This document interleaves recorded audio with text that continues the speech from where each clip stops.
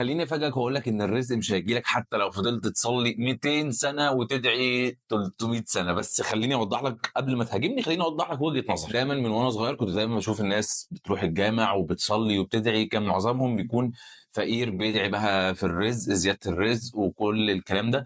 وبفضل اللي هو اقعد ابص عليهم على مدار وانا صغير طفولتي، الاقي ان هو مش بيجي له فلوس، وممكن يكون حد اصلا شغال شغلانه صغيره جدا، معهوش اصلا فلوس خالص ياكل عياله، وبرضه بيفضل يصلي. فبستغرب جدا، طب يا رب انت ليه مش بترزقه زي ما الراجل بيقعد يدعي؟ وبكون سامعه مثلا وهو بيدعي ان هو يا رب وسع رزقي ويا رب رزقني ويا رب رزقني، لحد ما كبرت وفهمت وجهه النظر دي. بس خلي بالك في حته الناس اللي بتصلي وتقعد تدعي طول عمرها ان هي ربنا يرزقها، بيتقسموا نوعين. النوع الاولاني اللي هو بيفضل يقعد يصلي ويدعي ان يجي له رزق وفلوس وكل الكلام ده، ومش بيجي، فيبتدي يشك في الموضوع كله بقى. يا رب ده انا بقى لي 10 سنين بدعي ان دي تجيلي والفلوس تجيلي وربنا مش عارف يرزقني ايه، ويا رب ما بتسمعش كلامي، الحاجه مش بتيجي والكلام ده كله، فيبتدي يشك. النوع التاني اللي هو على يقين تام، برضه هيفضل يدعي، بس هو عارف من جواه ان هو الرزق طبعا مش كل حاجه. الرزق مش فلوس بس زي ما كل الناس بيقولوا، هي 24 قيراط. ممكن رزقك يجي لك عيالك، في صحه، في صحبه كويسه، في كل الكلام ده. حتى لو اختصرنا الحته دي هقول لك ان انت مثلا لو هيجي لك 100 مليون دولار بكره، بس ان انت تكون قاعد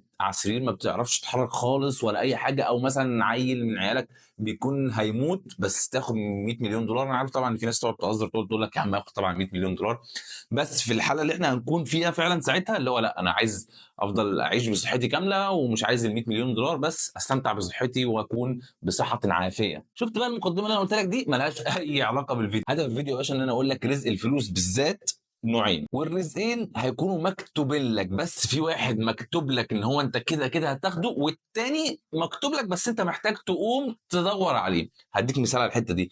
ان انت مثلا دخلت الشقه بتاعتنا، انا قلت لك يا باشا اتفضل الشقه دي فيها 10 مليون دولار، اول ما تفتح الباب هتلاقي مليون دولار، وال9 مليون التانيين مستخبيين، انا مخبيهم، حاول تدور عليهم عشان تعرف تجيبهم. فساعتها انت الرزق اللي مكتوب لك كده كده وهتاخده، اول ما تفتح الباب هتلاقي المليون دولار موجودين، فتقول الحمد لله. بس انت هتكون عايز اكتر عشان الانسان طماع ابن لذينه، فلازم يفضل يقعد يدور في الشقه على ال9 مليون الباقيين. لو فضل يصلي ويدعي 200 سنه وهو قاعد على المصليه ما بيعملش اي حاجه ولا بيقوم يدور عليهم، عمره ما هيلاقيهم. انا بعمل الفيديو ده والله لعل وعسى الناس تفهم الموضوع ده.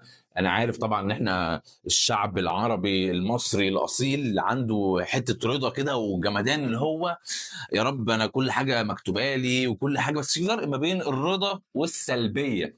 انا اسف جدا ان انت تكون كل حاجه طبعا كل حاجه مكتوبه لنا واحنا ماشيين على الطريق، بس يا باشا ما تفضلش تقعد تشتكي همك وتقعد تدعي وتصلي وانت ما بتعملش حاجه اللي انت تحسن من نفسك. فوالله والله العظيم بعمل من صفاء النيه من عندي ان انا اقول لك لبدايه 2025 يكون حاجه حافز ليك، ان انت عارف ان في حاجه مكتوبه لك، والناحيه التانيه عارف ان في حاجه مكتوبه لك، بس انت محتاج تسعى ليها، محتاج تقوم تتعلم اللي انت عايز تتعلمه، محتاج تبدا اللي انت عايز تعمله عشان قدام تعيش عيشه كويسه وتقول الحمد لله، وتبتدي تساعد ناس تانية. ما هي دي مش فلوسك، الفلوس اللي انت هتجيبها دي او فلوس اللي انا موجوده دي مش فلوسنا، والله ما فلوسنا، تصدق يعني ربنا اداها لنا عشان يشوف احنا هنعمل بيها ايه. لو احسنت اللي انت تعمل بيها حاجات كويسه وتعمل بيها خير وكل الكلام ده، عشان هي دي الغايه، ربنا هيديك اكتر، عشان عارف ان انت كانك انت كده ايه، رسول، اللي هو في حد بيبعت لك الفلوس وانت بتدي او بتوزع الفلوس دي لناس محتاجه وكل الكلام ده. حط الكلام ده كله في دماغك، خلي الحاجات